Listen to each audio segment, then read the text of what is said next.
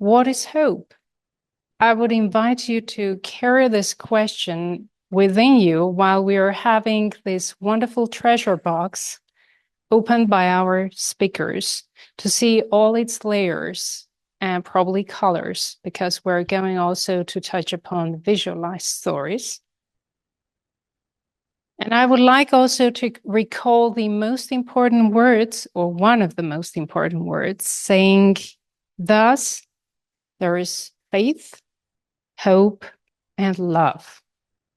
And love is the greatest of them all. I would like to invite you to welcome our keynote speaker with a full-hearted love, Thomas Coombes, who is putting all his heart into developing this compass and also this direction of framing hope as a strategy. And another key thing that really inspired me from his talks, and I'm looking forward to finding more seeds of inspiration today. He said in one of his talks before, well, we light the candle in the dark, right? In the darkness. So I would invite him to light another candle today. So please welcome Thomas Coombes. Hi, everyone. Thanks for coming. Thanks so much to Deem Communications and to Rafi for bringing me here. It's really nice to be here. Really nice to be in a room full of communicators as well. Although if you're not a communicator, you're also welcome. I'm going to talk to you about hope-based communication, but also how I completely changed how I see my role as a communications person, primarily a human rights communicator. So the first thing about hope-based communication, when we see the news, or we want to raise awareness about something, we're telling people how things are. When we do communications to achieve social change, the focus is on the change we want to see. And so when we do hope-based communication, we're basing our communication on the change we want. And so that's the key thing to know about hope. Hope is the belief that tomorrow can be better than today if we take action to make that happen. So it's very, very different from being optimistic or positive. It's very focused on change. It's goal-directed thinking. I got to tell you something. Got to make a confession right away. I'm not a very hopeful person. I would never have thought I would be anywhere on any stage talking about hope. And people who know me would always giggle about this. I'm quite a grumpy person. I work in human rights communication. I'm really conscious of all the terrible things happening in the world. So I've gone on this journey not to make myself feel good or anyone else, but because I believe this is how we make change happen. So the basic approach, and this is an approach that we developed at Amnesty International, and believe anyone can use to find the hope in their story. And it's based on 5 simple shifts. And the point is, all of us as human beings have a little bit of a negativity bias. The thing that's going wrong tends to grab our attention. And so the trick here is it's never about ignoring any of the things going wrong. It's about balancing our story with the actual change we want to see. Because if we don't show people how things should be, then it's never going to happen. So we're conscious of the fear, the problem, the things we're against, the threat that we want to share with people, and victims, people who are suffering. But what we also need to introduce to our story is the hope, the idea that things can be better, the solution that we want implemented, the things we're actually for, that we want to see more of in the world, the fact that there's actually an opportunity to make the change happen, and that people are not just victims, but also human beings. And so the idea is, even if you don't like the examples I give you or anything else I say, just ask yourselves this question in future. I've showed the problem, but have I also shown the solution?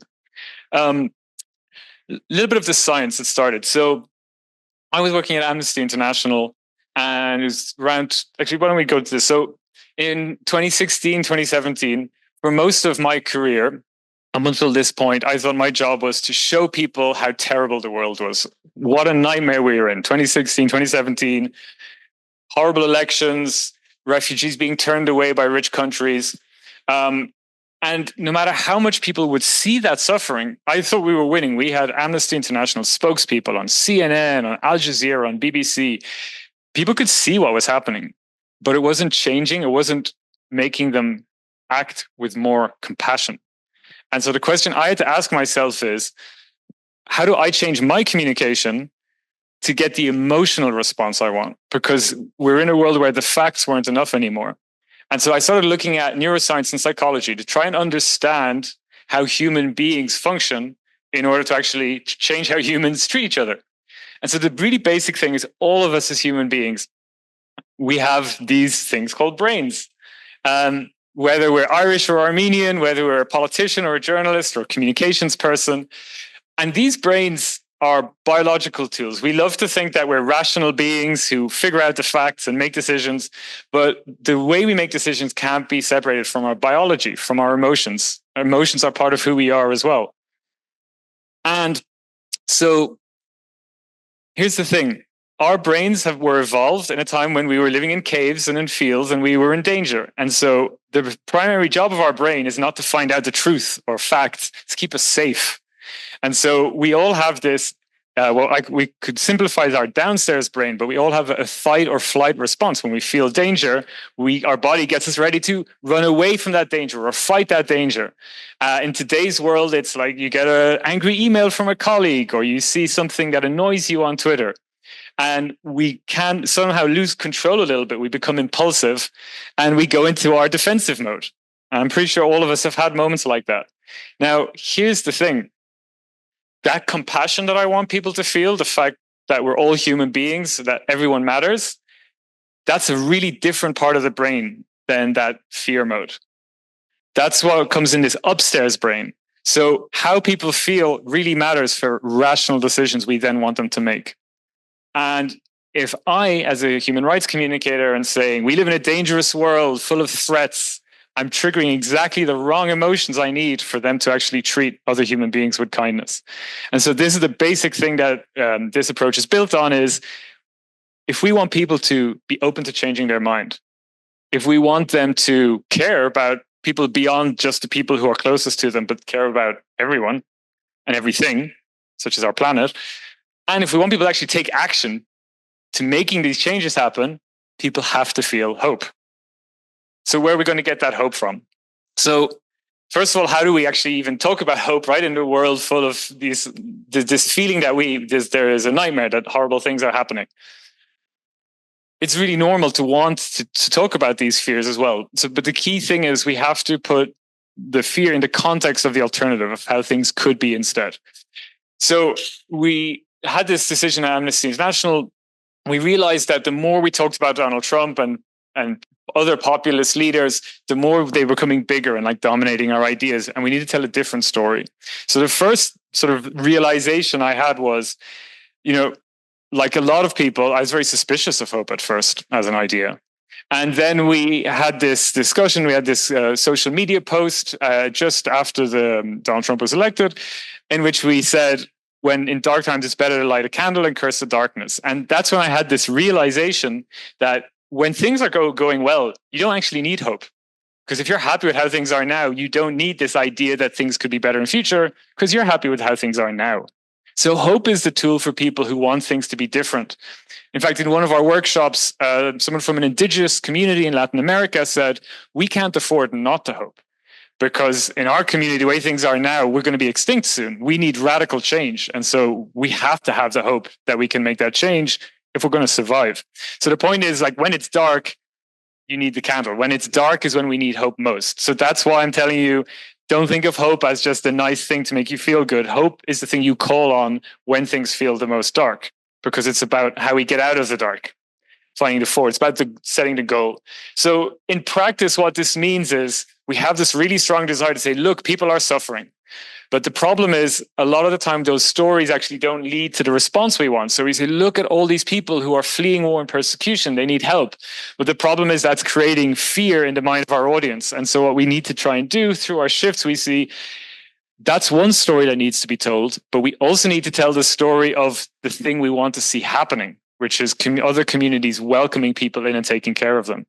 So that human brain I told you about, it's again wired to be suspicious of things that are unfamiliar. So if we want change, we have to show people, and I'm talking politically here, but this applies to any walk of life. If you want someone to start thinking or acting in a different way, they have to see that first before they can adopt it. So if we want people to welcome refugees, for example, they have to see other people welcoming refugees. And so we started going around to our colleagues at Amnesty International saying, we've got to actually start telling these different stories. But and I'm sure a lot of communicators will relate to this, just me, the communications person, saying, hey guys, we need to tell these, hopeful stories, didn't make them change, no matter how much I showed them the brain science. So what we started doing was actually inviting our colleagues, okay, don't listen to me, but just ask yourself. Obviously, we know what the problem is, but have you made the case for your solution? So the point is, again, all of us can use this tool, just asking each other questions to fill in the gaps of our story. And so we're now building a global community with hope-based communication. It's an open community. It's for experts all over the world. Like we've got Rafi and Heike in the room here in Armenia and loads of other countries, Philippines, Brazil. Basically, we believe when people use this approach, it leads to social change, to good things happening. And so we've made the approach open, and we're building a global community for anyone who wants to use it to be a part of it. So let me tell you a little bit about how it works. So the first thing, it's what we have to do if we want, how do we actually hope? The first thing is show people the vision. So climate change is a great example. It's really tempting to say we're all fucked because it really feels that way. But if we're all fucked, I never checked with Rafi if I'm allowed to curse. But if you put an Irishman on stage, it's going to happen. But so if that's the case, why take action, right? So we also need to show people the better future that we can get. And so as we know, there's a lot of people who want to undermine climate talks, climate action. We have to show people that the change is possible, but also that they want to live in that future. I'm going to show you a picture at the end of a potential future for Armenia that we came up with yesterday. But the vision, right? And this, again, I'm showing you an example from social change. It applies to any walk of life. What is your vision? What's the outcome you want to see? Thinking it can also be really big, right? So our culture has built up this idea that these dystopian futures where like computers rule the world, or there's been an environmental disaster. Like, how many zombie movies do we need, guys? This is a different kind of science fiction. It's very niche still. It's called solar punk. And the idea is these are stories of this one, it's like a kind of exciting world that's really high tech, but also green. And so that's another example of a shift, right? Instead of showing this world, like, how's it going to look when we're like climate disaster running away from zombies? How about a world where we've actually gotten it done? How about we can show people that this world is also quite interesting and desirable so that people want to roll up their sleeves and be part of it? If we don't imagine and think of these things, if we can't conceive them in our head, then people can't possibly start acting towards it. The second piece then is our values. What is it that we actually stand for? How do we want people to behave? So in workshops, we just get people to literally say, like, what does it look like for people to do the thing you want them to do? So, for example, people doing migrant rights activism, they will draw a picture of a table with newcomers and hosts sitting together as equals. So welcome, right? That's what we need. We've got 100 million people displaced in the world. The solution, what we need to happen for their lives to get better, is more communities and countries around the world to welcome them. And so when we start actually unearthing these shifts, we start to realize, there's a whole new strategy here that we can pursue. So that's what really important thing about hope, right? This goal-oriented thinking. When we're high in hope, it doesn't mean, I feel great. Everything's so good, right? It's actually all this work happens with a really high awareness that things need to change. No, when we're high in hope, it means we have our goal. And if something blocks that goal, like say our tactics don't work anymore, we find a new way to achieve that goal. So that's what being high in hope means, that we can find ways to achieve our goal. And so it gives us new strategies. Oh, okay. We're doing a really good job showing people all the suffering in refugee camps, but what about showing people that it's actually not only safe to welcome people into our communities who are different, it actually enriches all of our lives, that it's actually a good thing. So how did this happen at Amnesty International? We started realizing, you know what? We're really good at saying what we're against at Amnesty International. We're really good at protesting against things, but what are we actually for? So we started doing some A/B testing. I imagine a lot of you doing it. I love A/B testing because it means it's not about me figuring out what our message is. It's about the audience telling us what our message is. So we commissioned some really simple little animations. And some of the animations were your typical Amnesty International ad. People are suffering. It's bad. without actually saying what we can do about it. Just let's get outraged, versus something I hated this version. The first time I made it, oh, this is so silly and like not serious. It was basically about shared humanity. We're all human. Guess which one performed best?